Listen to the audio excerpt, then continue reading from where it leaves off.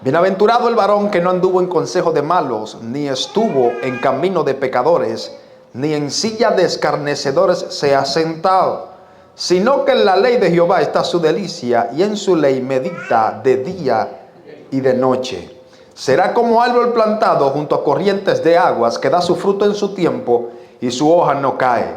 Y todo lo que hace prosperará. No así los malos, que son como el tamo, que arrebata el viento. Por tanto, no se levantarán los malos en el juicio, ni los pecadores en la congregación de los justos, porque Jehová conoce el camino de los justos, mas la senda de los malos perecerá.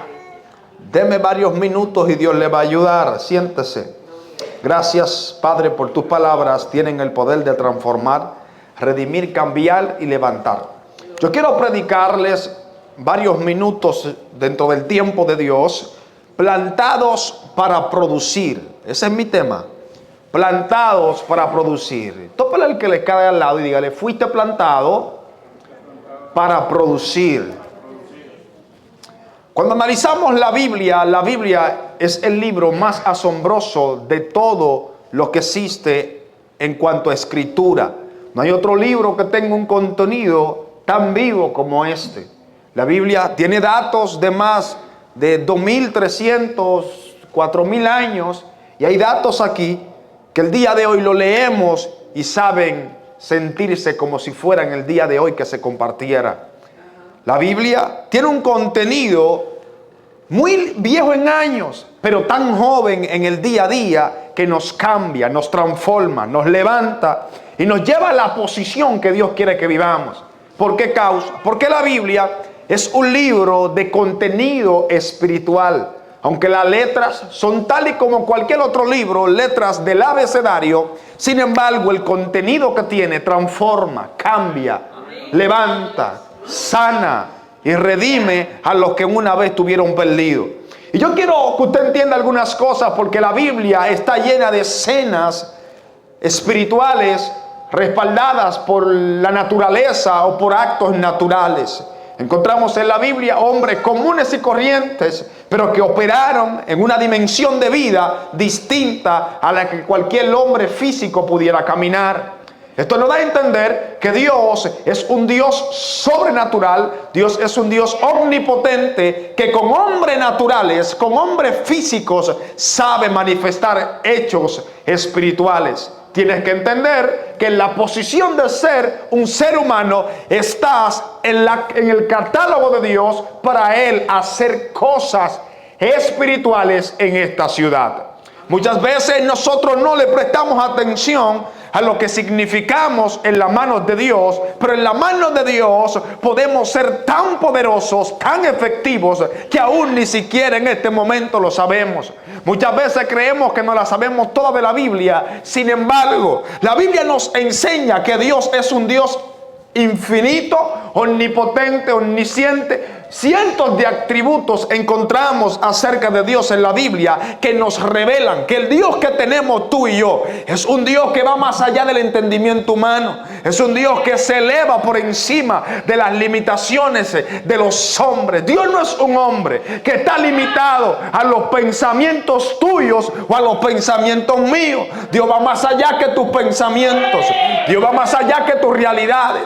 Dios va más allá que lo que tú has creído por años. Es más, voy a ser más atrevido. El Dios que vemos en la Biblia, ni siquiera la misma Biblia es capaz de describir a Dios. En la Biblia tenemos simplemente una parte de lo que es Dios. Porque con el simple hecho de usted tener un texto que diga que Dios es el principio y el fin, ¿cómo usted explica eso?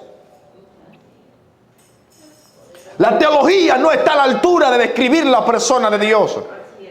Muchos dicen la teología es la ciencia que estudia acerca de la persona de Dios. No, eso no es la teología. La teología es la ciencia que estudia acerca de la Biblia. Porque una cosa es Dios y otra cosa es lo que está escrito en la Biblia. La Biblia es totalmente la persona de Dios, pero Dios no está encerrado en una Biblia.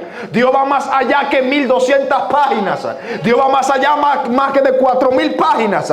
Dios va más allá que un comentario bíblico. Dios va más allá que la revelación de un apóstol. Dios va más allá que la revelación de un profeta. Dios es más alto que lo que tú y yo pensamos. Dios es más grande que el problema que tú afrontas. Dios es más grande que el gobierno de Estados Unidos. Dios es más grande que el continente americano.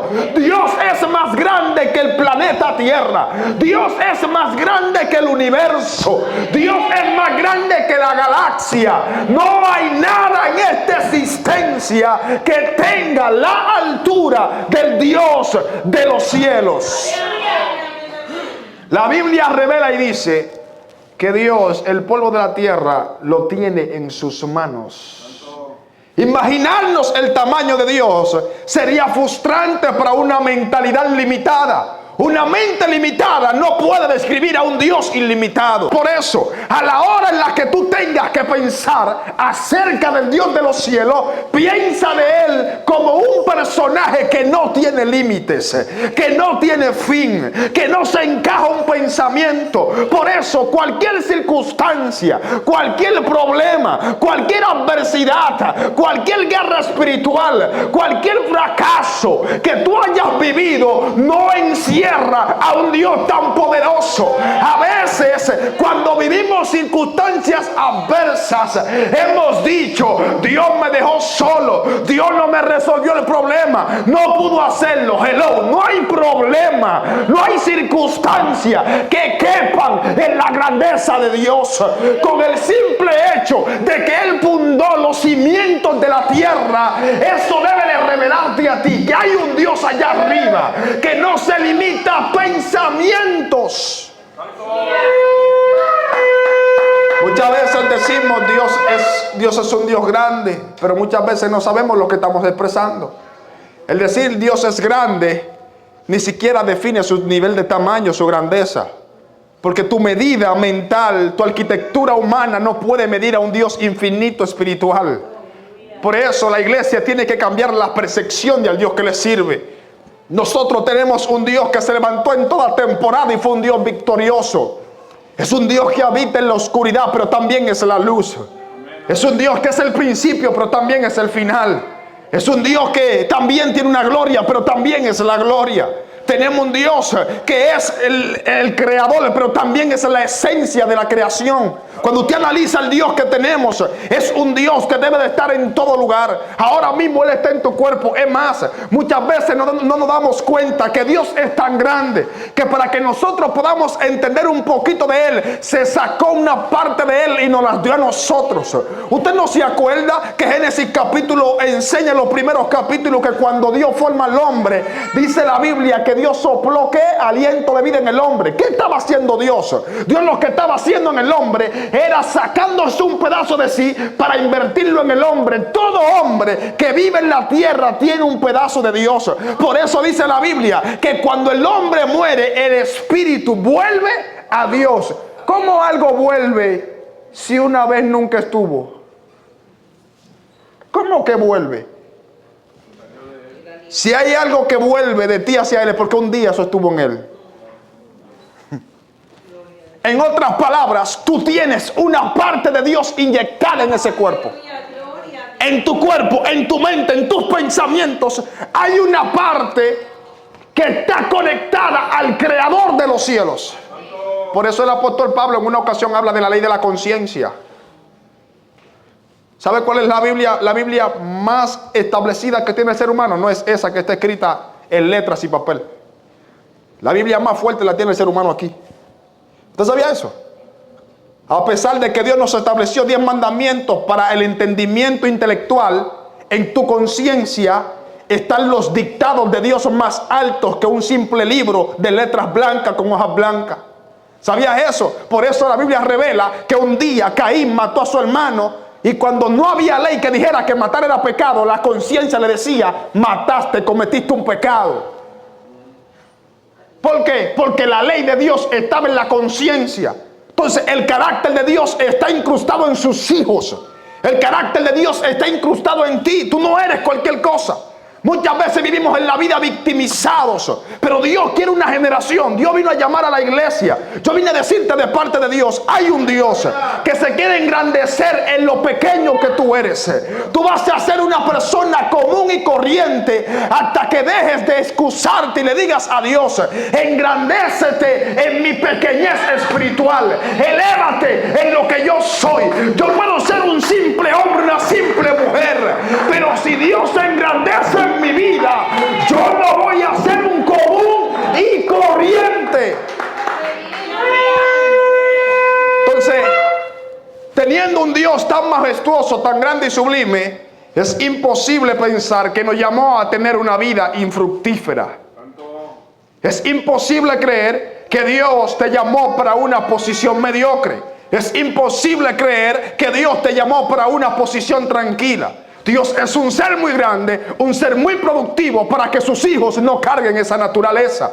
Si hay algo que Dios quiere de ti, es que tú seas productivo en la vida. ¿Y en qué área de mi vida? En toda área de tu vida. Dios está interesado en que la iglesia sea productiva. Muchas veces no comprendemos que lo que Dios quiere que nosotros seamos en la tierra es cristianos, hijos de Él, productivos en toda área.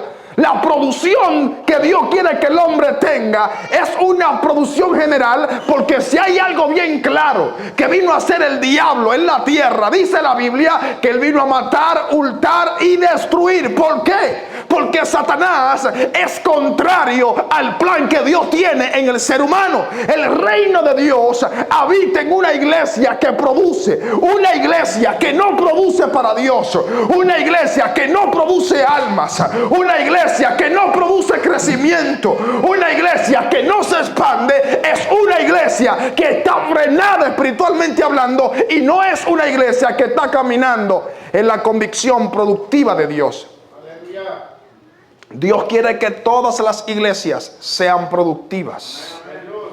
Dios quiere que todos sus hijos sean productivos. Dios no te llamó a vivir una vida en escasez en todo sentido de la palabra.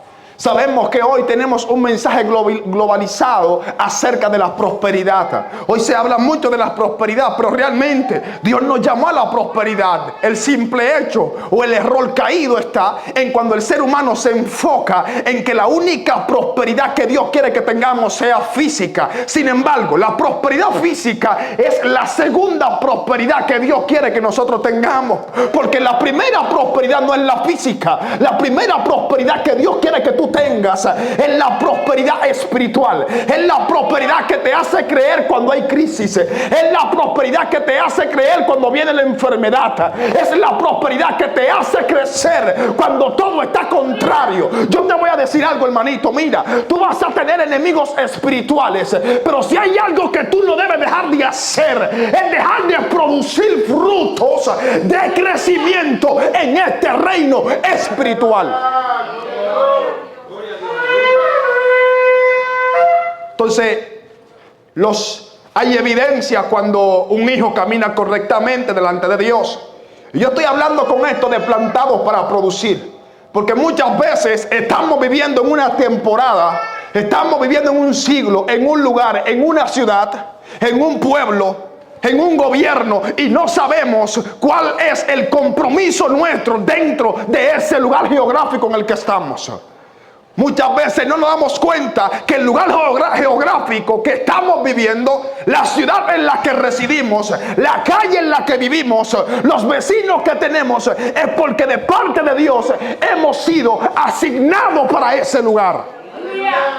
Dios con sus hijos no camina a las locas. Con cada uno de nosotros Dios camina con planes superiores, sobrenaturales.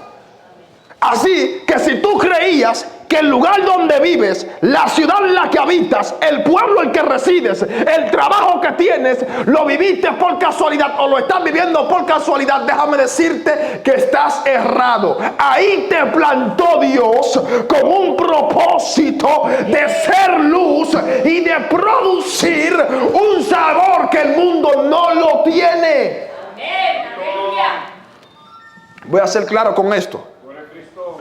el lugar que tú vives ahora, la ciudad que tú habitas, el trabajo que tienes asignado, el gobierno al cual tú te sometes, a ese lugar te asignó Dios para esta fecha. Tú no eres una casualidad. Hay gente que se excusa por la manera en la que vino a la tierra. Le está hablando a alguien que pudiera decir: yo soy una casualidad de vida. Mi mamá un día me dio a luz. A un mes y 15 días me dejó con una mujer, nunca más me buscó, nunca más supo de mí. Duramos como 12 años sin vernos, o 14 años. Nunca me buscó, nunca un mensaje, nunca nada. No tengo que dar muchos detalles porque no vine a hablarle de mi testimonio. Pero nunca recibí un saludo. Vivíamos a menos de 1 hora. Pero nunca me buscó.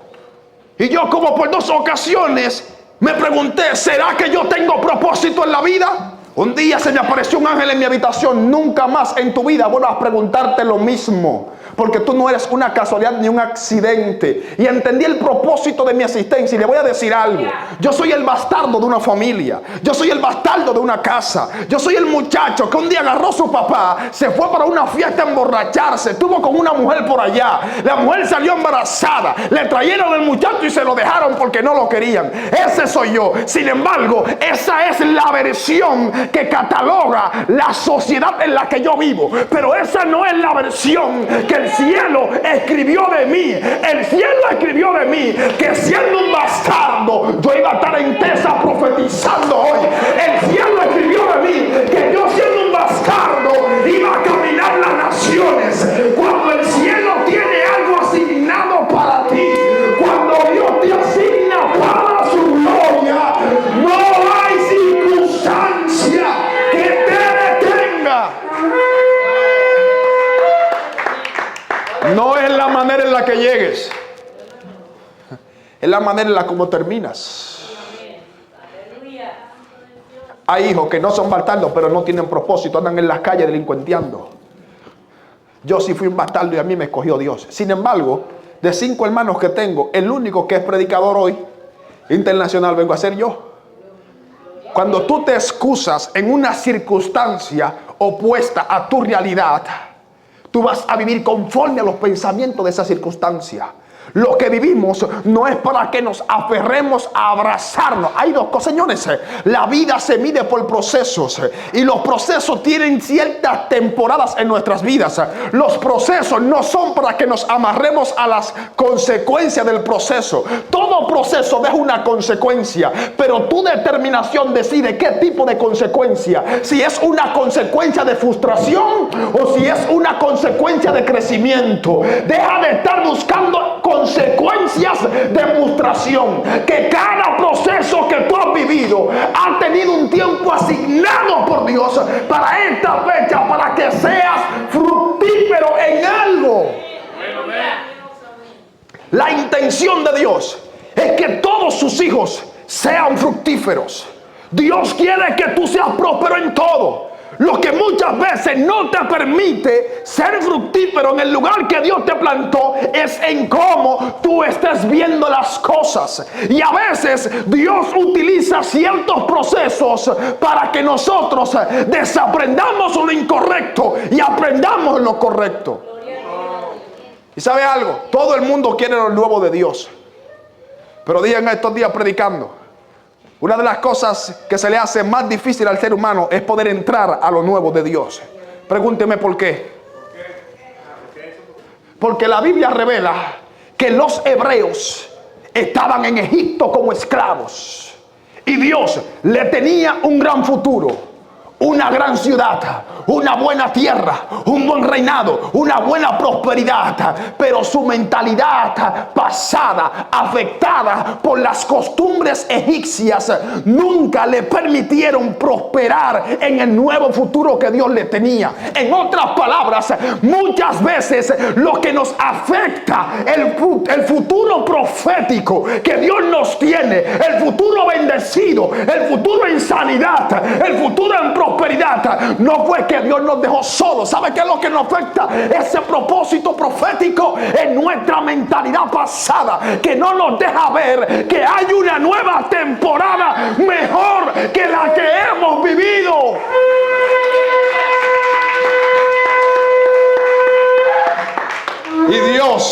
Dios le tenía un gran plan a los hebreos, pero la mentalidad pasada no le dejaba prosperar. Por eso usted va a ver que en todo el proceso de los hebreos desde Egipto a Canaán seguían manifestando las costumbres pasadas. Muchas veces son tus propias costumbres pasadas que no te dejan prosperar en la nueva gloria que Dios te quiere entregar. Muchas veces Dios te quiere traer una mejor temporada al matrimonio. Hay gente, pastor, que se andan quejando. Ay, mi matrimonio, ay, se me va a romper. ¿Sabe qué es lo que muchas veces afecta el matrimonio? Son las malas costumbres pasadas, que siguen siendo celosas, que siguen siendo mujeriegos después de estar casados en la iglesia, son actitudes, son costumbres del pasado que le afectan al matrimonio y luego vienen a buscar a Dios a quejarse. Y Dios tiene que decirle: papi, es que tú sigues acudiendo a la misma forma en la que actuabas antes. Una vez que yo tengo un nuevo plan con un hombre, necesito una nueva mentalidad. Una vez que Dios tiene cosas nuevas para ti, va a necesitar Dios que tú cambies tu manera de pensar. Entonces Dios quiere que seamos fructíferos. Pero muchas veces, mire, yo soy una persona que vengo de la agricultura de República Dominicana. Yo trabajé en agricultura. Y le voy a decir algo. Una de las cosas que más puede afectar la agricultura son ciertas plagas que se levantan dentro de la siembra en las temporadas de agricultura. Una agricultura con ninguna siembra nunca se hace fácil llevarla a la alta producción. Se necesita una alta atención. Un alto enfoque. Cuando tú desenfocas lo nuevo que Dios te quiere entregar, cualquier cosa te lo afecta. Cualquier problema te derriba. Cualquier problema te hace dudar. No es verdad que Dios quiere que tus hijos sean hijos del diablo y que se los lleve a la calle aquí en Estados Unidos. No es verdad que Dios quiere que tus hijos se los lleve esta nueva corriente, este nuevo sistema progresista que hay en esta nación. No, Dios quiere ver a tus hijos bendecidos, dimensionados en gloria. Dios también tiene propósito con los tuyos. Dios también tiene propósito con tu casa. El asunto es que si tú no te determinas en fe, en guerra espiritual, para romper toda maldición que te afecte el propósito, pues déjame decirte que te vas a frenar el espíritu. Y no hay nada peor que durar 20 años con la comida enfrente, con el agua enfrente, con el sustento enfrente y no poder disfrutarlo. 10 años de evangelio no te resuelven la vida. Aleluya. 5 años de evangelio no te resuelven la vida. ¿De qué te vale tener 5 años en la iglesia y no haber sido transformado por una nueva mentalidad en la que Dios te quiere establecer? Por eso la Biblia habla tanto de la nueva mentalidad. ¿Por qué? Porque la mentalidad caída siempre va a querer repetirse. Te voy a decir algo. ¿Sabe una de las guerras? Señores, muchas veces pensamos en el diablo y los demonios. El peor enemigo que tú tienes no es el diablo. El peor enemigo que tú tienes no son los demonios. ¿Sabe dónde está tu peor enemigo? Lo cargas dentro de ti. Está en tu mente y en tu corazón. Es ese enemigo que cuando tú quieras ser fiel te dice peca. Es ese enemigo que cuando tú quieres llegar temprano al culto te dice llega tarde, en 5 minutos no es nada. Es ese enemigo que te dice bebete un chin de ese romito que eso no es nada. Y ahí pasas a la segunda copa y a la tercera. Por eso el apóstol Pablo le dice a Timoteo, hello, no te cuides del diablo. No, ¿sabe de quién le dice? Cuídate de ti mismo, porque el peor enemigo de tu propia victoria está en tu propia mente. Son tus propios deseos que te hacen pecar cuando tú quieres ser fiel. No son los pensamientos ajenos. Muchas veces los pensamientos nos influyen, pero son mis propios pensamientos que me hacen errar delante de Dios cuando yo quiero ser fiel. A usted no le ha pasado que la lucha más grande la tiene usted aquí. Lo hago, no lo hago, lo hago, no lo hago. Y hay una parte que le dice, hazlo, que eso no es nada. Y hay otra parte que te dice, si lo haces, ofendes a Dios. Y hay otra parte que te dice, hazlo, es un pecadito calladito. Y hay otra parte que te dice, si pecas, vas a ofender a Dios, vas a retrasar la bendición. Las peores batallas, ¿sabe dónde está la peor guerra? Muchas veces pensamos que las peores guerras de los hombres están en Ucrania con bombas nucleares. ¿Sabe dónde está la peor guerra? La peor guerra que vivimos, la vivimos a diario desde que nos levantamos. Esa mente que constantemente intenta dominarte, esos deseos de la carne que constantemente desean sacarte de la realidad del propósito. Entonces, toda esta oposición es para que tú no produzcas. Entonces tenemos doble enemigo. Tenemos una carne que no nos deja quietos y tenemos un diablo que constantemente maquina cómo hacer funcionar la carne. Hay una carne que constantemente está esperando una ocasión y hay un enemigo que constantemente está buscando cómo crear esa ocasión. Si esa es la posición que yo tengo, no puedo vivir adormecido en la iglesia. Y yo creo que más que nunca Dios está llamando a una iglesia que produzca en lo espiritual. Yo creo que más que nunca Dios está llamando a la generación del siglo XXI. Dios está llamando a Tesa. Necesito que produzcan en esta generación. Necesitamos una generación que se olvide un poquito de lo físico, porque le voy a decir algo. Hoy todo el mundo tiene un 75%, quizás más, enfocado en producir en lo físico, un 15% a la familia, un 5% a cualquier otra cosa que no sea la iglesia, y por si acaso le dan un 2% a Dios. ¿O no nos damos cuenta cómo resolvemos supuestamente nuestra vida espiritual? Con 2 veces al culto, 1 hora y pico en la iglesia. Y creemos que eso resuelve nuestra espiritualidad. Sin embargo, le dije a la pastora ahorita, pastora, hay una diferencia cuando se planta y hay una diferencia cuando se siembra. Cuando usted siembra, usted agarra la semilla y la mete en la tierra seca, ¿verdad? Y luego que mete la semilla en la tierra seca, moja la tierra para que esa agua con la tierra provoque una pudrección en la semilla y la semilla muera y luego tenga que nacer en una planta. Ahora, hay una diferencia entre la siembra y el plantar. Cuando usted planta, usted no lleva una semilla. Cuando usted planta, usted lleva ya el árbol o la planta como tal. Por ejemplo, nosotros allá en mi país sembrábamos tomate. Mi papá y yo, de vez en cuando, sembrábamos el tomate, hacíamos un semillero. Pero cuando nos llegaba un dinero de repente, decíamos, vamos a hacer una siembra. ¿De qué? De tomate. Ay, pero que el tiempo no da para hacer semillero. Ok, vamos a un invernadero. Vamos a comprar 5,000 matas de tomates y la vamos a plantar. Esas matas estaban saludables en el invernadero. Nosotros íbamos, la veíamos. Y cuando veíamos la salud de las matas, oh, yo quiero 5,000 matas de esas. Había una máquina que venía y la contaba. Y nosotros agarrábamos esas 5,000 matas y las llevábamos a la tierra y la plantábamos. Pero eran matas que ya tenían raíces, eran matas que ya habían sido abonadas, eran matas que simplemente estaban siendo trasladadas geográficamente del lugar. Y Dios me dio una palabra. La palabra que Dios me dio, Jorvin, yo te llamo a Estados Unidos y te planto en esta nación. Recuerda que tú en esta nación no fuiste sembrado. En esta nación tú fuiste plantado. Y le dije, Señor, explícamelo. En esa revelación, ahí tengo, en esa conversación tengo una revelación. Y en la revelación que tengo, eso hace 3 días, justamente veo una alta fila de pastores de esta nación, específicamente de esta ciudad, porque le estaba orando a Dios por esta ciudad. Y en la revelación yo veía como una gran fila de pastores y líderes cristianos iban entrando a una tierra mojada, entre mojada y seca.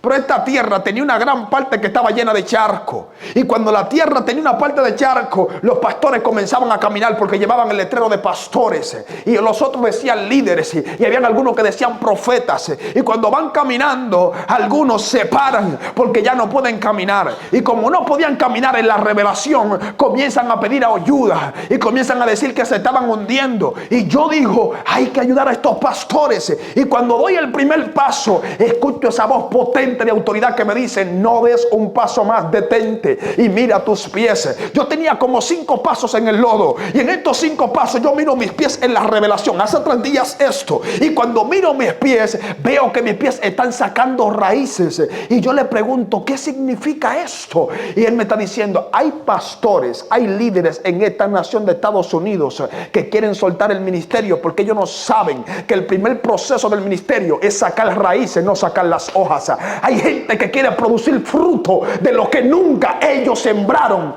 En este ministerio del evangelio hay que aprender a echar raíces primero para luego producir. Y el ángel me dijo, primero te vas a arraigar. Primero vas a fundamentar tus raíces, porque tú no eres de esta tierra, tú viniste a ser plantado. ¿Y sabe algo? ¿Qué pasa con una planta? Cuando usted agarra una planta y la mete en una tierra nueva, usted tiene que mojar esa planta y a los pocos días abonarla para que esa planta se pegue bien. Si usted intenta sacarle algún fruto a esa planta sin esa planta pegarse, usted lo que va a hacer es que va a matar la planta. Hay gente que ha matado su ministerio porque le quiere sacar fruto fuera del tiempo. Hay que entender que los ministerios pastorales, proféticos, evangelísticos tienen proceso de plantación. Por eso el apóstol Pablo, cuando tenía una misión apostólica, se centraba en una ciudad y duraba una semana y duraba un año predicando y persuadiendo. Llegaba el día en el que él decía: es hora de irme. Pero cuando decía es hora de irme, dejaba un líder. A los 3 meses, al año y medio, el apóstol Pablo venía, y cuando venía nuevamente encontraba 500, encontraba 70, encontraba 80, encontraba 200 discípulos. ¿Por qué? Porque lo que un día sembró necesitó un proceso para crecer. Y somos la generación rápida. Nosotros somos la generación que no está dispuesta a ser procesada. Y sin procesos no hay gran producción. Ninguna planta usted la sembró hoy y al otro día le produjo frutos.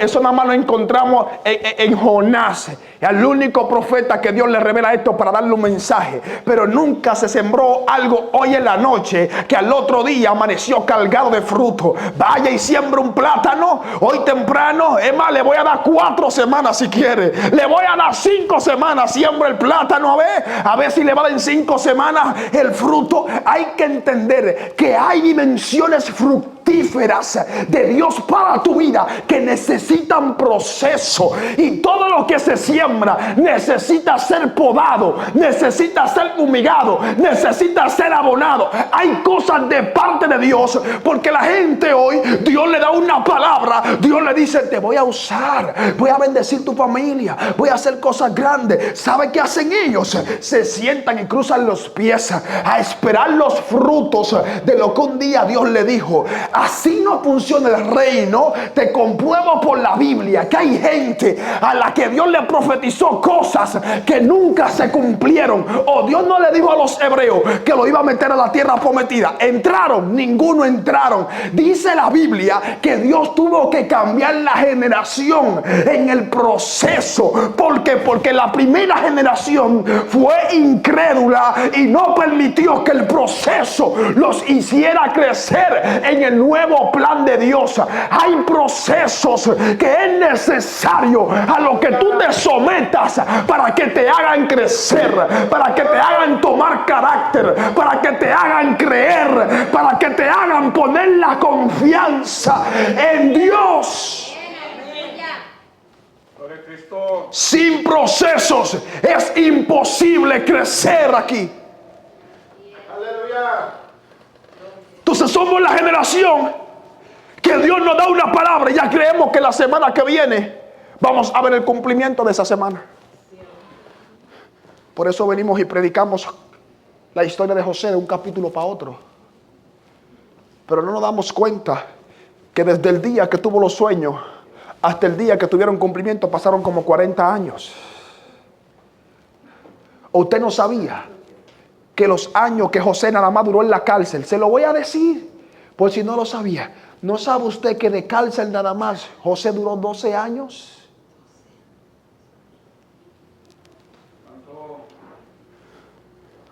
¿12 años de prisión? Usted lo lee de un versículo para otro y ya cree que es así.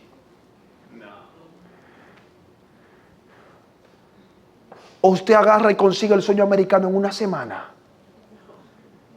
Entonces, ¿por qué queremos ser tan acelerados en el reino? ¿Por qué no aprendemos a aguantar diciendo: Señor, la estoy pasando de lo peor, pero esta van a ser mis mejores temporadas de búsqueda? Cuando menos recursos tenga, es cuando más me voy a consagrar. Cuando menos plata tenga para pagar la renta, es cuando más voy a doblar la rodilla. Cuando menos tenga para mandarle a mami para sus pastillas, es ahí que más voy a ayunar. ¿Por qué no pensamos así? Porque la gente y los predicadores te vendieron un Dios mágico. Dios es poderoso, Él no es mágico.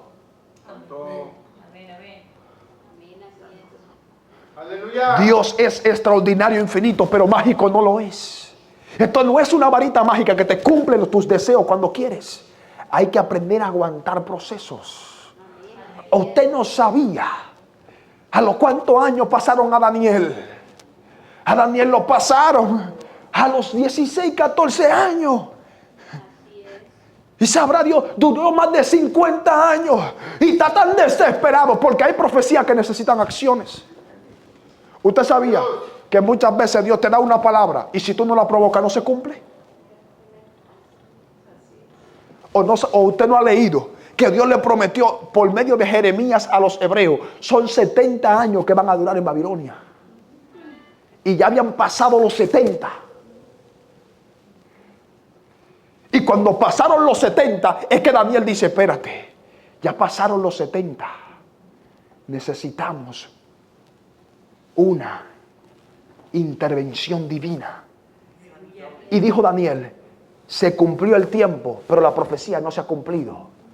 El problema no es la profecía. El problema no fue el Dios de la profecía. Porque el día que no se nos cumple la profecía, andamos excusándonos diciendo, Dios me falló. O la profecía fue falsa. Porque cuando la profecía no la damos nosotros, todo el que dijo la profecía habló mentira.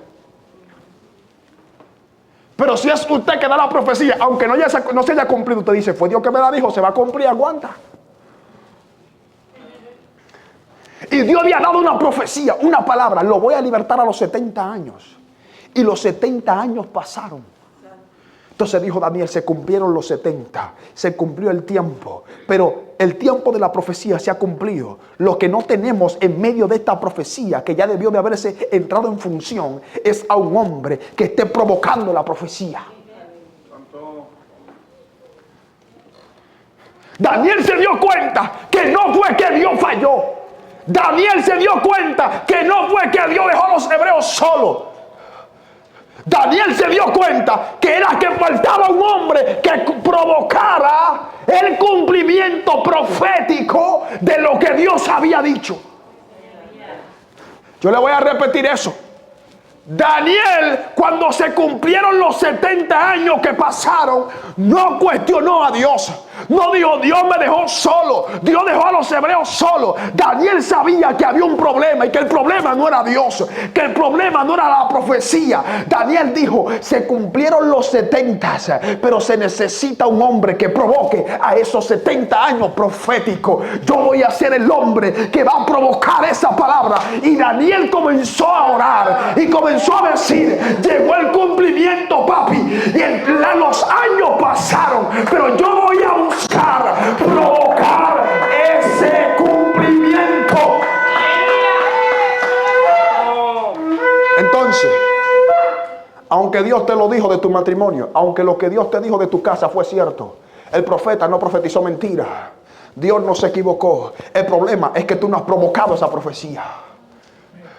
Hace 10 años Dios te prometió que para esta fecha tú tendrías prosperidad física y espiritual y no la tienes. No fue que el profeta falló, no fue que Dios se equivocó, es que tú no has provocado esos años. Ay, alguien necesita salir de esta casa en este día y decirse cuando llega a su casa, yo voy a provocar lo que nunca he provocado.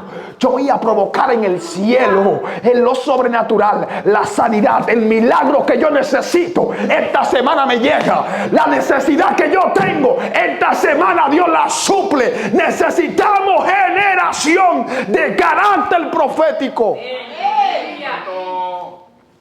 Entonces, cuando no se cumple lo que Dios dijo, estudiamos los tiempos, estudiamos el profeta. Ah, mira, no, ese falló, ese fue el que se emocionó ese día. Eso fue el pastor que se equivocó. Porque Dios no puede ser y el que está equivocado eres tú.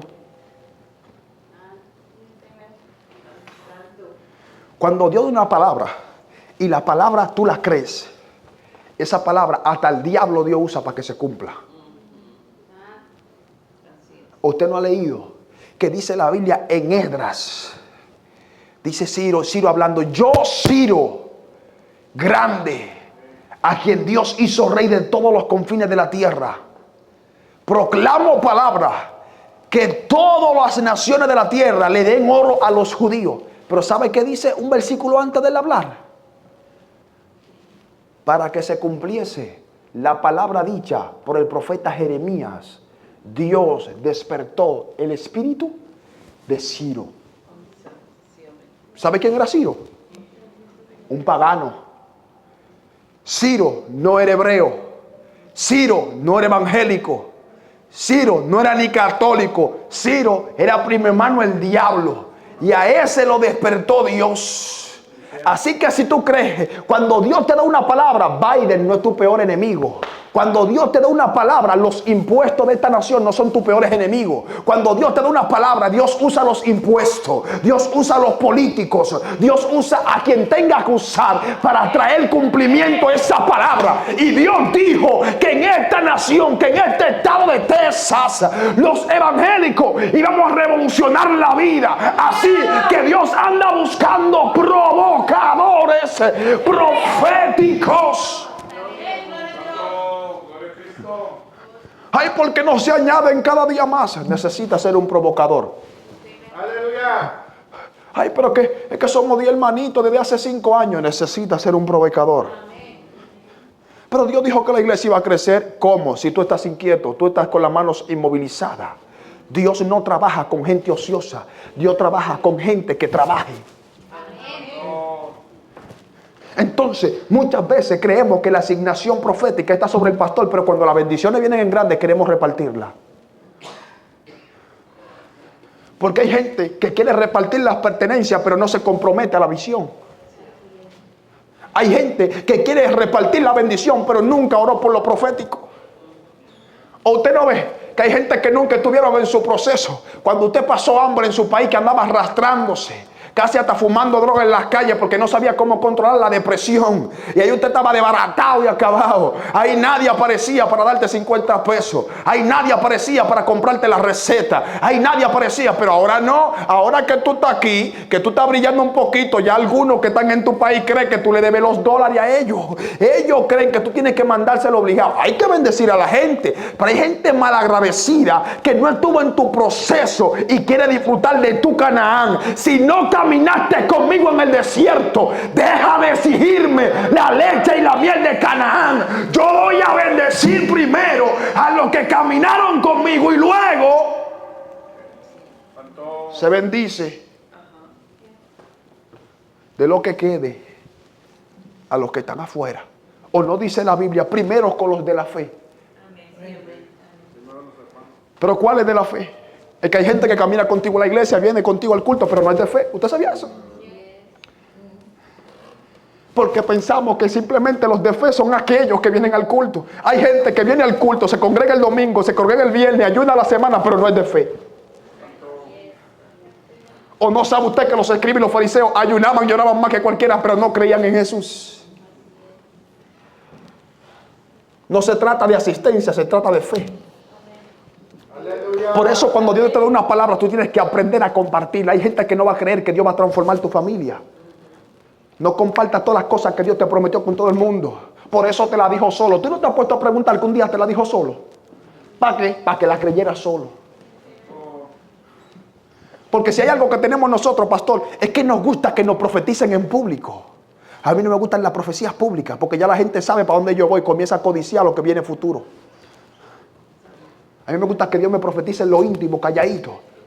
A mí no me gustan esos chódicos que Dios le bendiga a ustedes, si Dios me usa para hablarle a ustedes. Pero a mí nunca me ha gustado que un profeta me llame en público y me diga, Dios va a hacer esto contigo. No. ¿Sabe cuál es la experiencia más grande? Si un profeta me lo dice en público, yo voy a danzar, voy a hablar en lengua. Ay, gloria al Señor. Ay, qué palabra. Pero no es lo mismo que yo en mi habitación, después de 3 horas, se me aparezca un ángel en visión y me diga, te voy a bendecir, te voy a cambiar el nombre, te voy a ensanchar. Hello. Cuando me lo dice a mí, la experiencia no es igual. Cuando me lo dice a mí, la experiencia es distinta. Deja de estar buscando sacerdotes intermediarios, que ya la era de los sacerdotes pasaron. Ahora el sacerdote eres tú. Por eso la Biblia dice, vosotros sois mi real sacerdocio. Por eso la Biblia dice, dice, ahora ustedes tienen acceso al trono de la gracia. Ya yo no necesito profeta que me lleve al trono.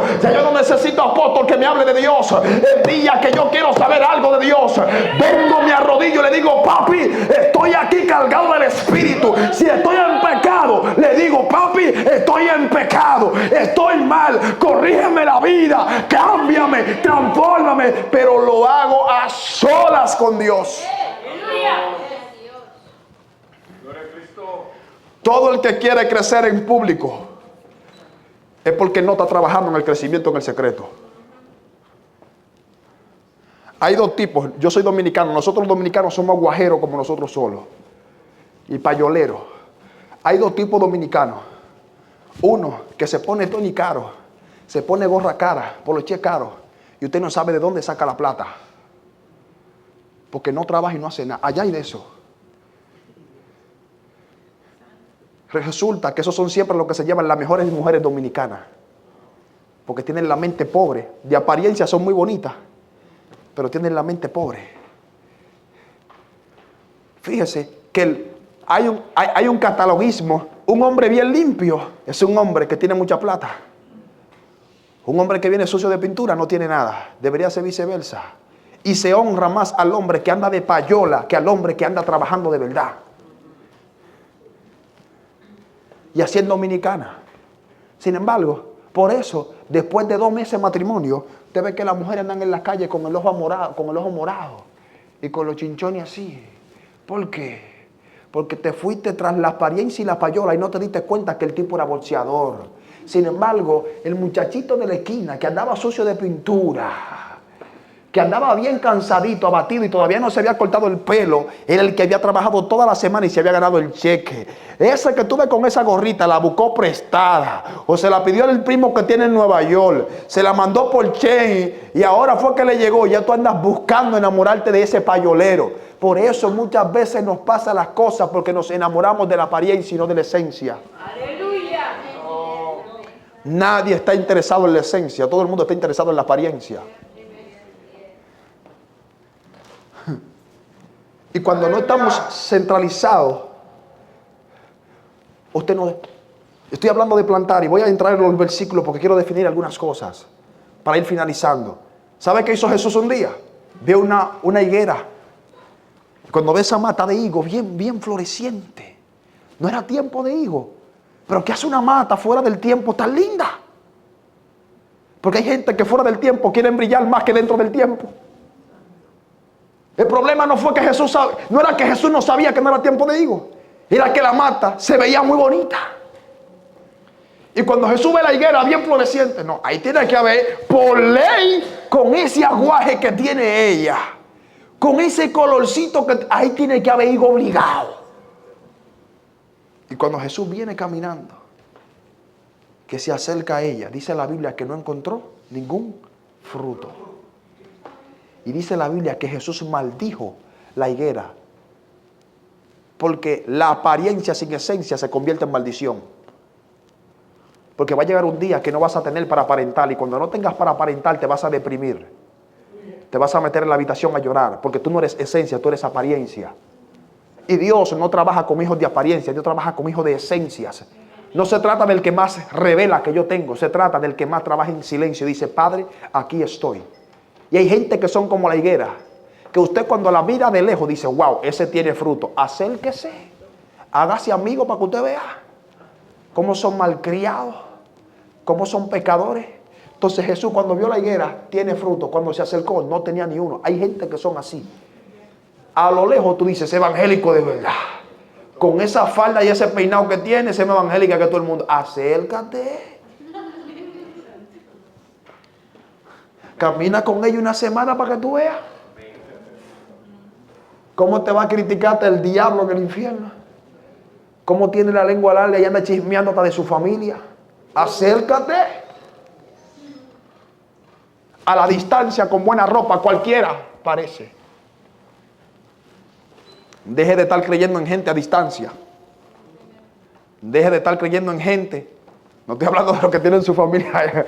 Va y dice, yo tengo mi familia allá. No, esa es tu familia.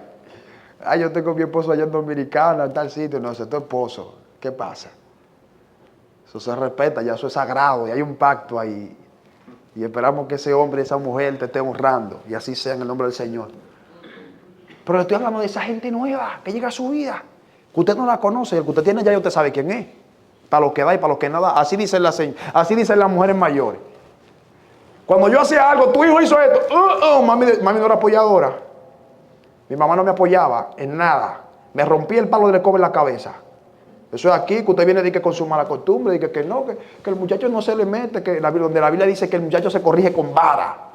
Y usted viene aquí a Estados Unidos y dice que no, que Biden. Luego esos muchachos le sacan el puñal en la casa, o el día que usted le corrige le llama a la policía. Porque usted viene, a usted lo criaron allá, atento a palo, y usted anda en los rectos, y aquí usted viene y le da todo al muchacho, y lo malcría, y luego dice que no, que Dios me dejó solo el muchacho. No, fuiste tú que lo malcriaste. Lo peor que me pasó fue que un día mi mamá me tiró un caldero, que me pasó como a 100 millas. ¡Ah!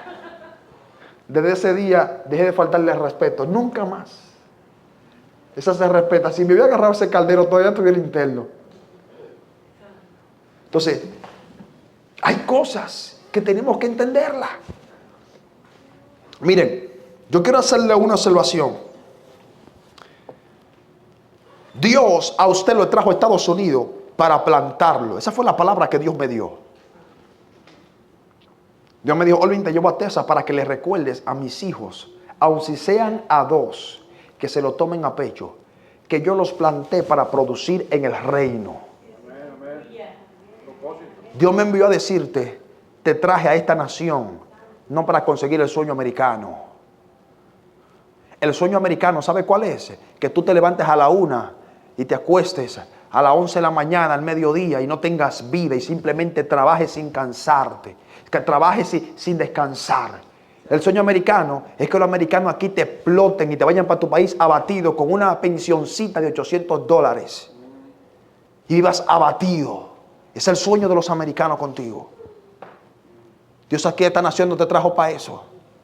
Y te voy a decir algo, cuando Dios te da un proyecto, Dios te lo respalda. Si Dios te dijo, te trajo para esta nación, aquí usted no vino a ser un empleado, y lo voy a decir para la iglesia. Yo no tengo una alta percepción de superioridad, pero la iglesia debe de dejar de ser pobre espiritual y pobre física también.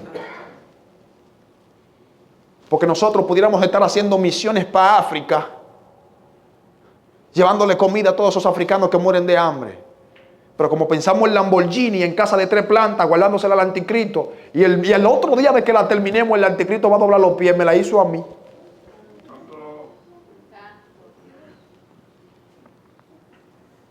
Cuando yo estoy en peor necesidad, y le está hablando a un muchacho joven que apenas está empezando la vida, y que tiene familia y tiene hijos, aquí hay que aprender a depender de Dios. Usted no depende de los dólares, usted no depende del gobierno. ¿Sabía algo? Un día Dios le dice, Isaac, tú eres un bendecido, olvídate de eso, sácate eso de la cabeza, di que tierra, que Egipto, que si yo qué.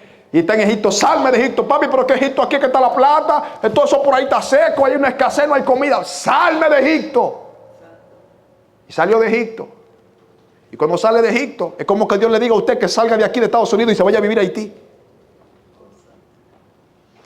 Y él llega allá, y allá su papá le había dejado un pozo, y viene a buscar el pozo. Ese pozo me lo dejó papi.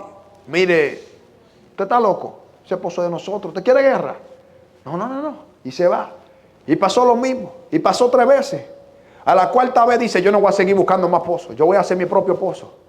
Y la gente le dijeron, no te queremos aquí en la tierra verde. Si tú quieres, hay un desierto. Isaac se va para el desierto. Y cuando se va para el desierto, agarra una pala. Le dicen los criados, mi señor, ¿y usted va a hollar ahí? Aquí vamos a hollar y vamos a hacer un pozo. Mi señor, pero estamos en un desierto. Tranquilo, que a mí me sustenta una palabra, no el lugar ni la geografía. Y agarró la pala y metió la primera pala, sacó. La segunda sacó, la tercera, el agua frotando. Eso lo vieron los cananeos. Con que se oye y se saca agua. Se fueron a sus tierras verdes, a la orilla del río. Vamos a hollar aquí. Y hollaron y sacaban polvo. Y hollaban y sacaban polvo en tierras verdes. Isaac en tierra seca sacó agua. Ellos en tierras verdes sacaban polvo. Porque a Isaac no lo sustentaba los dólares, no lo sustentaba la tierra. A Isaac lo sustentaba una palabra. Por eso le digo a mi esposa, yo no estoy enamorado de Estados Unidos. Cualquier joven de 28 años quisiera vivir para acá, a buscarse los dólares, buenas casas, buen carro, y irse a vivir para su país tranquilo. Cualquiera quisiera hacerlo, pero le dije a mi esposa, yo quisiera devolverme, no me gusta ni un chingo esta vida. Aquí hay una presión social que te quiere robar la vida espiritual. No me interesa Estados Unidos, si estoy aquí con un propósito, y si mañana tengo que dejarle la residencia en el aeropuerto a estos americanos, se la dejo, porque a mí no me interesa esto. A mí Dios me sustenta donde quiera que yo vaya, y yo estoy dispuesto a devolverme para mi país. Yo prefiero devolverme para mi país y serle fiel a Dios allá, que venir aquí y perder la fe, perder la vida espiritual, perder el evangelio y estar lleno de dólares aquí. Hay gente que después que llegaron, pastor, se olvidaron de Dios, le hicieron promesa a Dios allá. Papi, si tú me llevas, yo te soy fiel. Si tú me llevas, yo oro de madrugada. Si tú me llevas, cuando no habían recibido residencia ni papeles, ni siquiera los cuartos para venir para acá por México, ellos oraban a cada rato para que Dios le diera la plata. De madrugada hacían vigilia, a toda hora ayunaban en la semana. Tráeme la plata. Después que Dios le dio la plata, llegaron aquí y arrastrándose llegan los domingos a la iglesia. Eso, aunque trabajen 1500 años aquí, no prosperan. Tu prosperidad como hijo de Dios no está dentro de tus esfuerzos materiales. Tienes que esforzarte, sí, porque acabo de decir que hay que esforzarse. Pero tu prosperidad no está en lo que tú haces, está en lo que tú crees. Hay gente que hace mucho, pero cree poco, por eso no prospera. Ni espiritual, ni físicamente. Aquí tenemos que aprender a creer la palabra que Dios nos da. Y este salmo donde hemos leído, Salmo capítulo 1, dice: bienaventurado el varón que no anduvo en consejo de malos. Hay tres dimensiones que este primer versículo nos habla del impío. Diga conmigo las tres dimensiones del impío. Dimensión número 1, los malos. Dice: bienaventurado el varón que no anduvo en consejo de malos. Los malos son los malvados.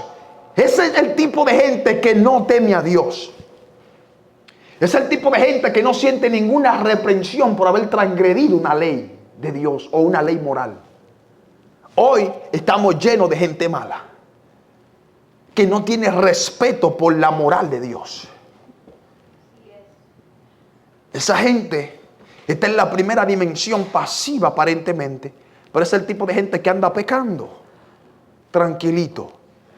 La segunda dimensión, la dice el mismo texto, ni estuvo en camino de pecadores. Malos, la primera dimensión. Pecadores, la segunda dimensión. El nivel cuando la gente está constantemente en pecado es porque una persona mala ya, cuando tú estás viviendo un nivel de maldad tan afectado por la maldad, ya tú cometes el pecado como si fuera un deporte jugarlo. Así está el mundo. En esa dimensión, el ser humano comete cualquier pecado y no siente ninguna reprensión. Porque antes la gente era mala, pero era ocultamente. La gente hacía lo malo, pero a escondidas. Esa es la primera dimensión del pecado. Pero ahora la gente comete el pecado hasta en vía pública. Ya esos son pecadores. Eso lo practican sin ningún freno. Eso lo practican sin ninguna reprensión. Y esa segunda dimensión del impío te lleva a la tercera dimensión. Ni en silla de escarnecedores. El escarnecedor es la tercera dimensión del impío. Y el escarnecedor es ese tipo de dimensión tan fea. Esta es la peor del pecado. Porque es en esta dimensión que el ser humano hasta llega a burlarse de las cosas de Dios. Es ese tipo de pecador, ese tipo de impío, que ya no simplemente comete el pecado, sino que le gusta promover los pecados y se burla cuando alguien corrige ese pecado.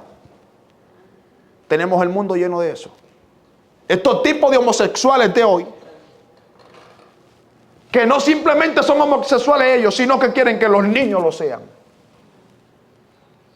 Yo no vine a promover política, pero usted va a votar por Kamala Harris. Y ayer hubo una rueda de prensa donde uno de sus promotores dijo que a los niños se le puede hacer transición de género y que hay que dejarlo. Y usted viene y pone su voto por esos bandidos.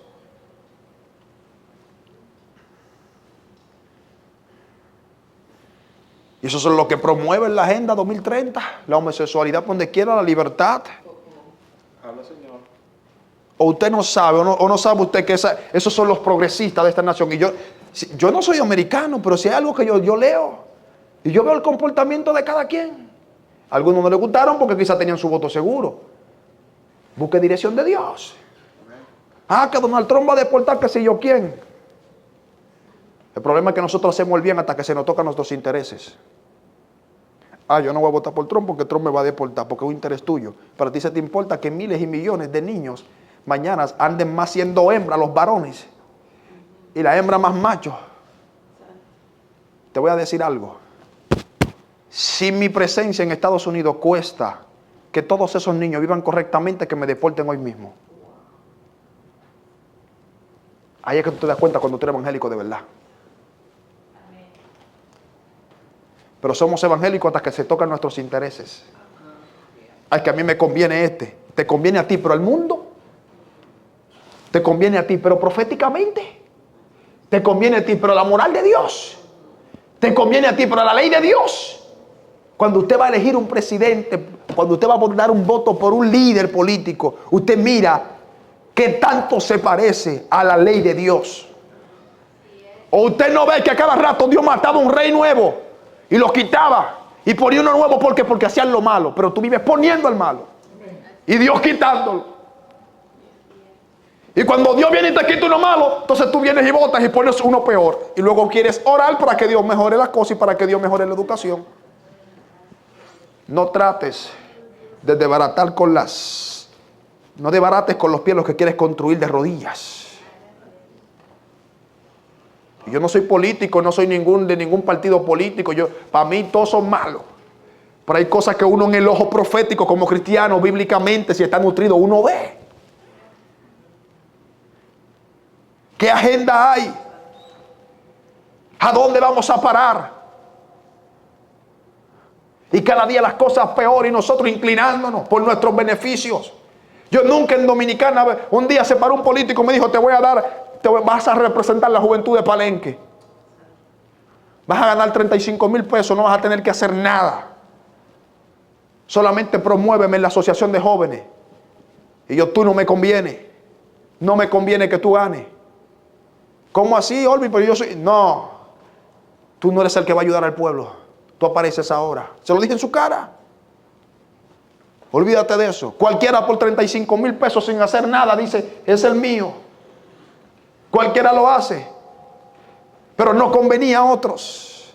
Cuando tú piensas para ti, no piensas por los demás. Y no piensas por la nación y no piensas en lo que está pensando Dios. Por eso decimos que nos parecemos a Dios, pero nuestra mente está muy distante a la de Dios.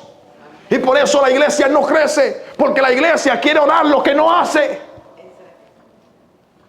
Usted no ve cómo las iglesias, bueno, las cosas han cambiado un poquito, pero vengo de un país, República Dominicana, con todo, amo mi país, amo mi gente. Pero hay problemas allí. ¿Y cuál es uno de los problemas que se le decía o se le dice a los jóvenes? Bueno, ya las cosas han cambiado un poquito, pero antes se decía, no vayan a la universidad. Ahí está el diablo, porque en la universidad todo el mundo se corrompía. Es que te vas a exponer a todos esos pescadores y te vas a contagiar del pecado. Tan sensibles somos. Y luego llegaba el culto en la noche, o mejor dicho, pasábamos hay un culto de oración y hay una enseñanza. Y en el culto entero Dios cambia a los políticos, Dios cambia a la nación. Señor, bendícenos, que sean políticos correctos. Y luego se predicaba y se decía, jóvenes, tengan cuidado en la universidad, no vayan a estudiar a la universidad, que ahí se van a contaminar, se van a pecar. No estudien esto, no estudien aquello. Ustedes no pueden ser políticos.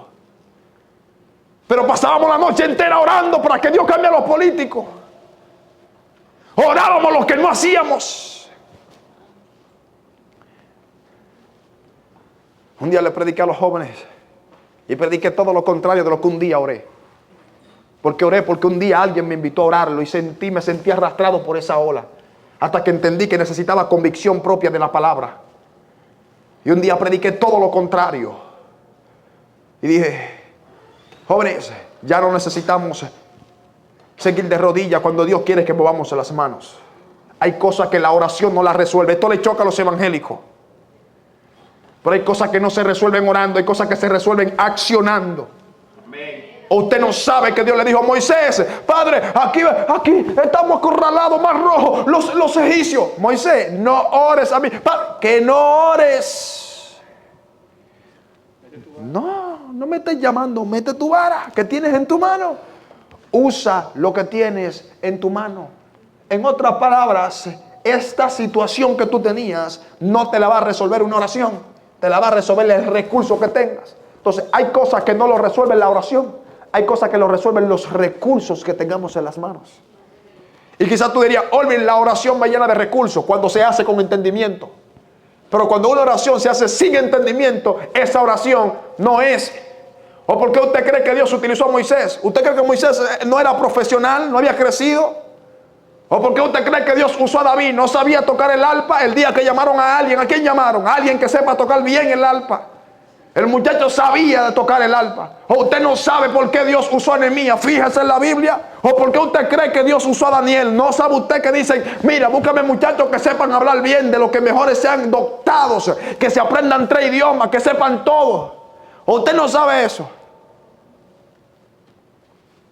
¿O por qué usted cree que el apóstol Pablo trascendió más que Pedro?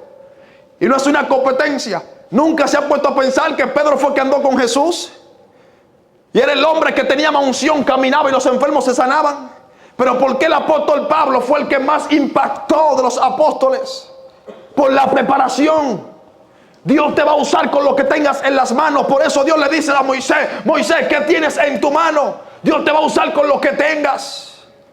Tengo una vara, pues con eso te voy a usar. Pero ¿sabe por qué? Y usted nunca se ha preguntado que Moisés le decía, mira, Aarón sabe hablar más bien. ¿O no sabe usted que Aarón había vivido más la ley que Moisés? Aarón fue más obediente a Dios que Moisés antes de su llamado. Aarón conocía, se había instruido más que Moisés. Oraba más que Moisés. Ayunaba más que Moisés. Se consagraba más que Moisés. Aarón guardaba el sábado, Moisés no. ¿Pero por qué? ¿Por qué? ¿Por qué? ¿Sabe por qué? Porque Moisés era el arquitecto. ¿Y qué tiene que ver eso de arquitectura? Porque si Dios viene y se sienta con Aarón un día y le dice, Aarón, ven que te voy a revelar el arca del pacto. Trázame 70 rayas, 70 centímetros a la izquierda, 80 centímetros a la derecha, 4 codos para arriba, 9 codos para abajo. Si Dios viene hablándole de eso a Aarón, no lo va a entender. Esa fue la razón por la que Dios escogió a Moisés. Dios necesitaba usar algo valioso.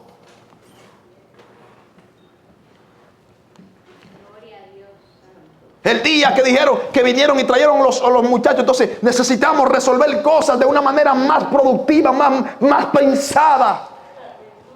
La gente dice que los evangélicos pensamos poco porque queremos resolver cosas que no se resuelven así. Se necesita producir con la mano. Te estoy diciendo que no ores, no. Te estoy diciendo que trabajes y ores. Te estoy diciendo que te prepares y ores. Te estoy diciendo que te llene de recursos y que ores. Porque ¿cómo vamos a...? ¿Usted se imagina que mañana Estados Unidos, cuántos diputados hay, senadores? 200 y pico, 100 y pico, no sé. Ni idea tenemos algunos. ¿Como 200? 300. 270 senadores. ¿Usted se imagina que mañana 170 de esos senadores fueran cristianos evangélicos? ¿Se imagina usted la reforma política que tuviera Estados Unidos? Ética, moral, económica. ¿Sabía usted que el dinero no se va a perder en el camino? ¿Sabía usted que las cosas se van a distribuir bien? ¿Sabía usted que va a haber equidad en la nación? ¿Sabía usted que los millones no nada más van a ser para Elon Musk? Pero cuando queremos resolver el problema de una nación de una manera distinta, instruya a sus hijos en pensamientos correctos. Ahora, dice el versículo 2, sino que en la ley de Jehová, no voy a explicar todos los versos, voy a cerrar aquí. Sino que en la ley de Jehová está su delicia, y en su ley medita de día y de noche. 2 cosas. Delicia, ¿qué es una delicia? La Biblia o el salmista nos está categorizando que la ley de Dios en nuestras vidas sea como si fuese gastronomía. ¿Cuántos de ustedes no han ido a un buen lugar a comer y dicen tráeme el postre? Y vienen y le traen un postre tan rico, pero el único problema es el siguiente, que usted pagó $500 por el postre y nada más le dieron un pedacito así. Y usted dice, wow, qué delicia, quisiera volver a pagar 500, pero no me motivan. Entonces, la ley tiene que ser, la ley, la palabra tiene que ser como esa delicia. ¿Por qué? ¿Por qué la palabra? ¿Por qué la ley? Jesús le dijo a los apóstoles, ustedes han sido limpios por la palabra que os he hablado. Y siempre hablo de esto porque hay que hablar de la limpieza cuando se habla de dar frutos. Lea Juan capítulo 16, 14, 15 y 16, que usted va a ver cómo Jesús habla de los frutos. Y le habla a los apóstoles y le dice, vosotros estáis limpios por la palabra que os he hablado. Y los he limpiado para que llevéis mucho fruto. ¿Por qué? Porque una planta que no está limpia no lleva fruto. Y si lleva fruto lo lleva enfermo muy pequeño. Y Dios no quiere frutos mediocres ni a media. Dios quiere frutos limpios. Cuando un árbol está sucio, cuando una planta está contaminada, produce poco. Allá sembraba yo cebolla a veces, y cuando el monte, la hierba venía y crecía más rápido que la planta, porque siempre la hierba crece más rápido que la planta, tenía que apurar y tenía que apurar la inversión para que el dinero no se perdiera, y metía hombre a limpiarla rápido, porque me iba a retrasar el crecimiento, y lo que iba a producir en un mes lo iba a reproducir en un mes y medio. Eso pasa cuando tu vida no está limpia y quieres producirle algo a Dios. ¿Sabe qué va a pasar? Que lo que tenías que producir en una semana lo vas a producir en 2 meses. ¿Y por qué hay que hablar de limpio? Porque tuvo un amigo que duró como 2 años dándole un tratamiento a su esposa. Gastaron como 300,000 pesos en la matriz de su mujer, porque la mujer no podía concebir. Y concebir justamente tiene que ver con la palabra que Jesús utiliza, limpio, para que puedan producir. Y concebir es la palabra que Dios le da a Adán y a Eva en el principio. Multiplicados sean fecundos, o sea, sean fértiles, le dice. Porque hay que hablar de la fertilidad. Porque lo que tenemos en las iglesias, 1000 evangélicos que se saben una lengua espiritual, pero no son fértiles. Porque hay que hablar de fertilidad. Porque la iglesia está llena de aleluya, pero gente que no producen fruto espiritual. Porque hay que hablar de fertilidad. Porque la gente dice ser evangélico hasta que se pone la camisa, cuando tiene que producir fruto sincero no lo es. Porque hay que hablar de fertilidad. Porque lo que nos limpia es la palabra, y con lo que menos nosotros nos relacionamos es con la palabra. Es más, los evangélicos tienen las dimensiones espirituales categorizadas. ¿Sabe cuál es el más espiritual? No el que más lee, el que más ora. O no lo ven de nuestro sistema así. Ora mucho y aunque no leas la Biblia, para todo el mundo vas a ser un espiritual. Lee mucho. Aleluya. Y todo el mundo te va a catalogar como que eres de letra. Sin embargo, no estoy hablando en contra de la oración, jamás ni nunca. Quien está frente a ustedes ora más hora de lo que usted piensa. Nunca voy a hablar en contra de la oración. Pero lo que te limpia no es la oración. La oración no te limpia. El ayuno no te limpia. Y tú vas a decir sí. No, lo que te limpia es la palabra. Amén. Jesús se lo dijo a los apóstoles. Ustedes están limpios por la palabra que os he hablado. Los fariseos ayunaban pero no eran limpios. Los escribas se consagraban 3 veces a la semana pero no eran limpios. Los apóstoles no habían ayunado nunca y ya estaban limpios. Porque un día vienen los apóstoles y le dicen los de Juan, hey, los discípulos de Juan, pero tus discípulos no ayunan. Mientras tanto que están con el novio no pueden ayunar, pero ya estaban limpios y no ayunaron. Estoy hablando en contra del ayuno, jamás ni nunca. Estoy hablando en contra de la oración, jamás ni nunca. Lo que te estoy diciendo es que tu oración y tu ayuno queda invalidado cuando no te fundamentas en la palabra. Lo que te estoy diciendo es que no importa cuántas horas pases de rodillas, si no estás fundamentado en la palabra, tu ayuno es invalidado.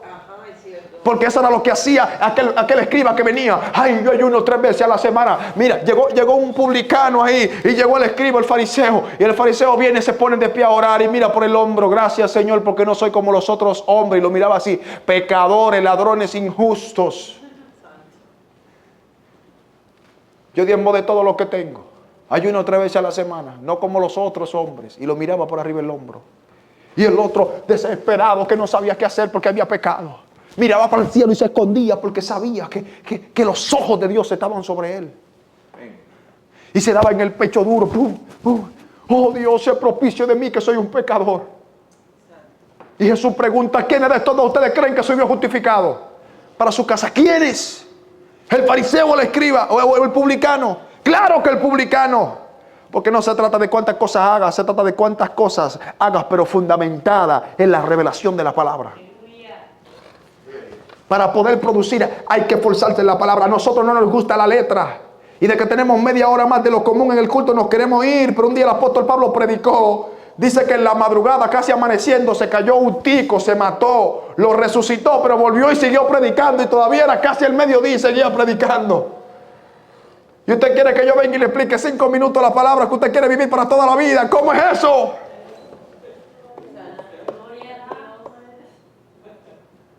Pastor, con el mensajito que ya está usted el domingo predicando 25 minutos y ya están atacados que se quieren ir. Aquí no hay de eso.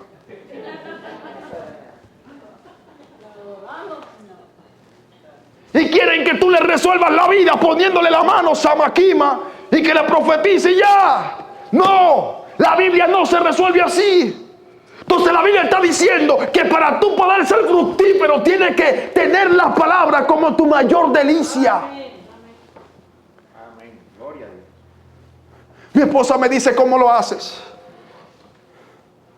Porque ella ve que yo a veces me voy a trabajar a la 1 de la mañana y dejo de trabajar a las 11 de la mañana. Y a veces ella ve que yo termino el lunes de trabajar o el martes. Y a veces ella ve como yo agarro mi Biblia a las 8 de la noche. Y todavía son las 5 de la mañana y las 6 de la mañana. Ella me ve ahí con la Biblia y me dice, ¿cómo tú lo haces? Yo pensé que hoy tú ibas a dormir. Y a veces me dice, no te voy a quitar un día de la Biblia, te voy a quitar un día de trabajo para que amanezcas conmigo. Y yo, ven conmigo aquí también. Y a veces empiezo con la Biblia en el sol. Dios es testigo y el Espíritu Santo está ahí. Que a veces empiezo con la Biblia con el sol y todavía sale el sol de nuevo al otro día y sigo en la Biblia.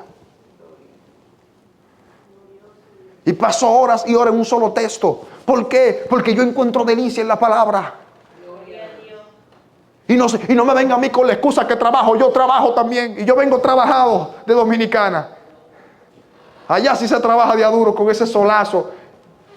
Y esos picos a mano, todo a mano. En todos los países se trabajan. Pero también en otros países se trabajan duro, más que aquí. Aquí toda una máquina. Y me dice uno de los compañeros ministeriales, ¿cómo tú lo haces ahora? Y yo, brother, pero ahora que yo estoy bien. Pero yo veo que todo el mundo dice que a Estados Unidos se le come la vida espiritual. Y yo, porque quieren. Pero ahora aquí yo tengo comida a tiempo. Tengo carro. Ya no ando a pie, como a la hora que quiero. Porque aquí todo el mundo come a la hora que quiere.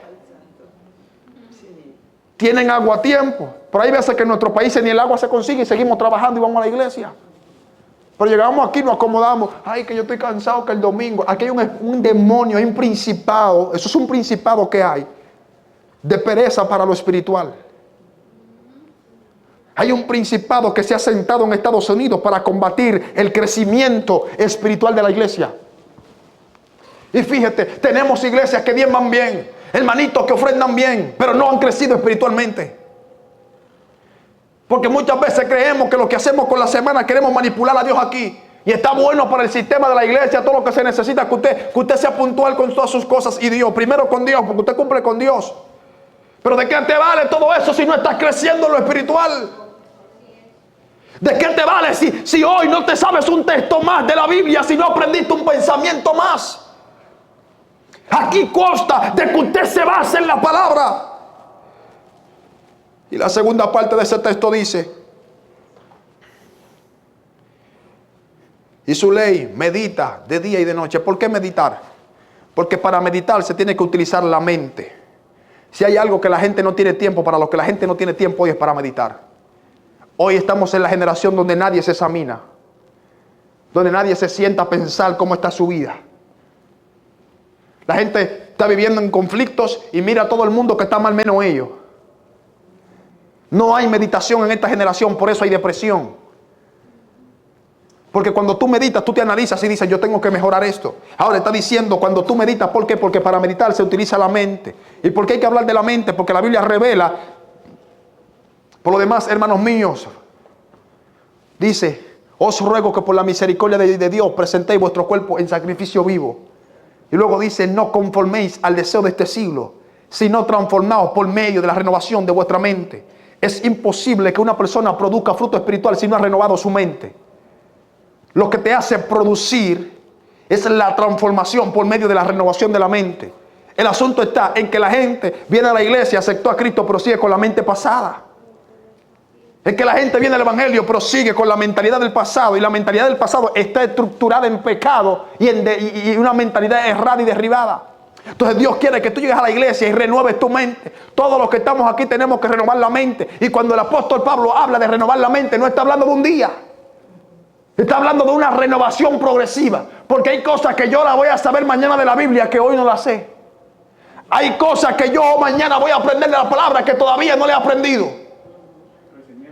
Crecimiento. ¿Por qué? Porque cuando una planta, pastor, dejó de dar tomate, ¿qué se hace con esa planta? Se arranca. Y se pone otra. Hay mucha gente que tienen quemadito el asiento de la iglesia y Dios está a punto de sustituirlo. Habla, Señor. Habla, Señor. Habla. Porque cuando tú no eres funcional, si hay algo que este reino saca para afuera, es a la gente infuncional. Y aunque sigas dentro de la lista del pastor, que el pastor diga que tú perteneces a la iglesia, cuidado si en el reino no lo eres. Si hay algo que el reino de Dios no retiene, es a los infuncionales. Aleluya. No lo dice oro y medida, lo dice la Biblia. A uno le dio 5, a otro le dio 3 y a uno le dio 1. Y dice la Biblia que el que tenía 5 produjo 5 más. Y el otro produjo el doble más. Pero hubo uno que lo enterró, lo infuncionó. Y lo sacaron. Y le dieron el que tenía más.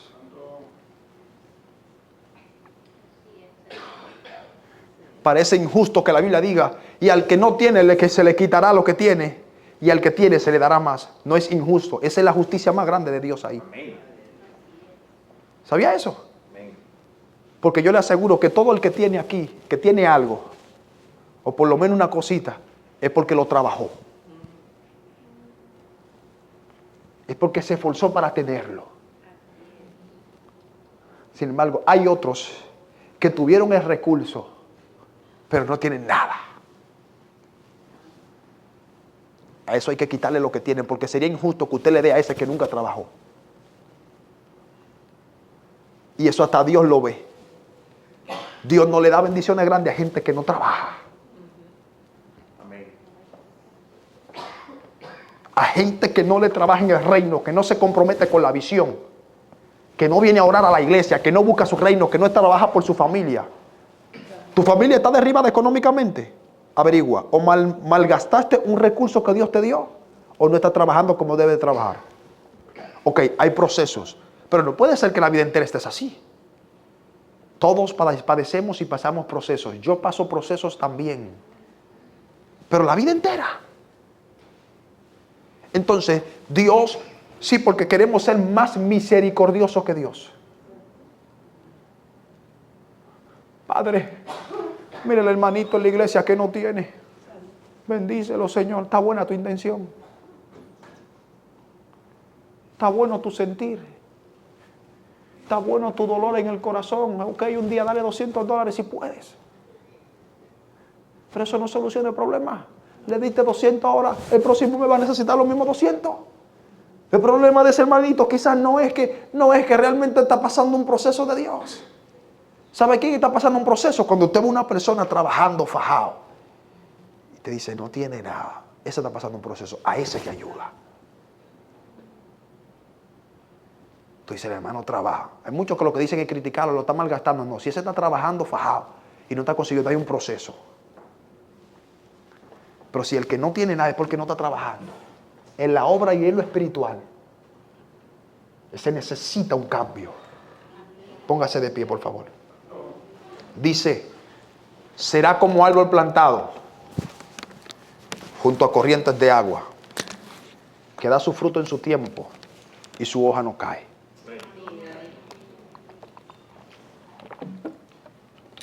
No hay nada más feo en una persona que quiera producir un fruto que todavía no es el tiempo. Dije ahorita que somos la generación rápida. Dice, será como árbol plantado que da su fruto en su tiempo y su hoja no cae. Somos la generación que quiere producir instantáneamente. Por ahí dice, el fruto a su tiempo. Porque la planta usted la siembra y el otro día no le cosecha. Usted la abona, la moja, la limpia, la cuida hasta el día de la cosecha. Es más, aún hay un momento que desespera más. Que en un momento determinado usted la ve con frutos y aún están pintones los frutos, no los puede consumir porque tiene que esperar que maduren los frutos. Aleluya. Porque hay procesos. Y hay gente que cuando ve el fruto, ahí pintón se desespera y lo corta. Y no lo aprovecha al 100% porque no era el tiempo del fruto.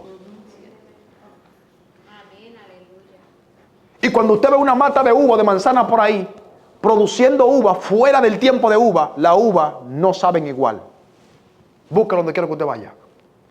Cualquier fruto que produce fuera del tiempo de ese fruto, no sabe igual el fruto. Allá en Dominicana hay mango por donde quiera. Y hay una temporada, desde marzo a junio por ahí, mayo, son meses por ahí, que es full de mango. Sí. Absolutamente. Pero vaya a comer mango en octubre, cómase un mango en octubre o en diciembre, a ver si sabe igual. No, hasta margoso, ¿sabes? Hasta amargo sabe. ¿Por qué? Porque no es el tiempo. Puedes que tengas un fruto, pero si lo tienes fuera del tiempo, te va a dejar ese amargo que te deja el mango. Eso le pasa a la gente que camina en desesperación espiritual. Aleluya. Que aunque esté produciendo algo, lo está produciendo amargo. Por eso hay profetas que aunque andan profetizando, no andan correctamente, porque quieren un fruto que todavía no es el tiempo. Por eso hay apóstoles que aunque tienen agenda internacional, todavía no es el tiempo, y siempre andan haciendo un lío donde quiera que van. ¿Por qué? Porque están queriendo un fruto que todavía no es el tiempo. Tenemos que aprender a estar en el proceso del tiempo, para que en el tiempo Dios, cuando llegue el cumplimiento, y dice la Biblia habla de eso, y cuando llegue el cumplimiento del tiempo, ¿te has puesto a pensar tú que quizás se le estás pidiendo algo a Dios que todavía no es el tiempo de producir eso? O peor aún, porque hay algunos que sí produjeron, tuvieron el fruto, pero se le pudrieron la mata.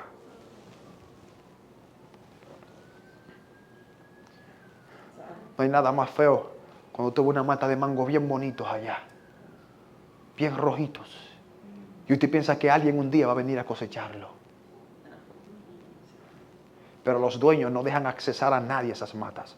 Prefieren que se pudran. Así hay cristianos que tienen supuesto algún fruto porque tienen un título, una posición dentro del evangelio. Pero ni siquiera a Dios le permiten que le beneficie ese fruto que tienen. Esos son el tipo de gente que tienen abundancia, que tienen dólares, que tienen carros, pero no lo ponen a disposición del reino.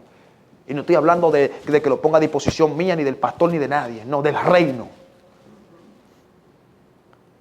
Porque si no lo sabían, el reino se mueve con dinero. Algunos van, este ya quiere dinero. No. El reino, hay mucha gente en tu país, en tu propio país, en tu propio pueblo. Yo no sé dónde tú vienes, si vienes de México, si vienes de Cuba, de Curazao, de donde vengas. En tu propio país, de donde tú vienes, hay gente que necesita una misión apostólica, profética. Y Dios está diciendo, yo necesito que tú inviertas en mi reino. Porque nunca el que le invirtió al reino, Dios se quedó con lo de él. Yo quiero que usted cierre sus ojos, por favor. Si el hermano del piano puede venir un momento. Espíritu Santo, gracias. Yo tengo que predicar esta palabra porque fue lo que Dios me dio. Y si Dios quiso que yo predicara esta palabra, tengo que hablarla porque Dios necesita gente productiva en el reino. Espíritu Santo de Dios, gracias. Hay una unción aquí. Gracias, Espíritu Santo de Dios. Hay una unción junto con una palabra que viene como abono para hacerte producir lo que nunca has producido. Y la unción profética está aquí en esta noche. Y la unción de liberación. Hay pensamientos. Hay gente que tiene que renunciar a pensamientos aquí. Rebasando la bajama. Hay gente que tiene que renunciar a pensamientos cruzados.